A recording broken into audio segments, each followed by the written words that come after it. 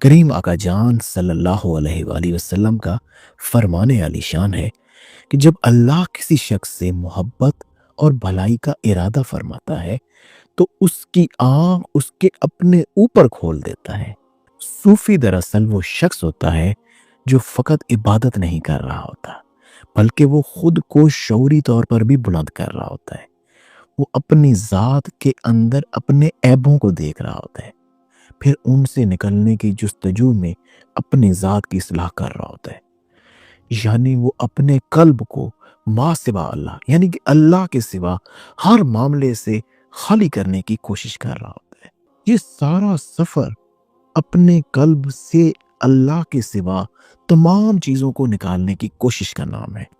سننے میں تو یہ فقط ایک لائن محسوس ہوتی ہے کہ اپنے قلب کو ما سوا اللہ یعنی کہ اپنے قلب کے اندر سے اللہ کی ذات کے علاوہ سب کچھ نکال دینا، لیکن یہ بہت گہرائی والا قلبی اور شعوری پاکیزگی کا سفر ہے۔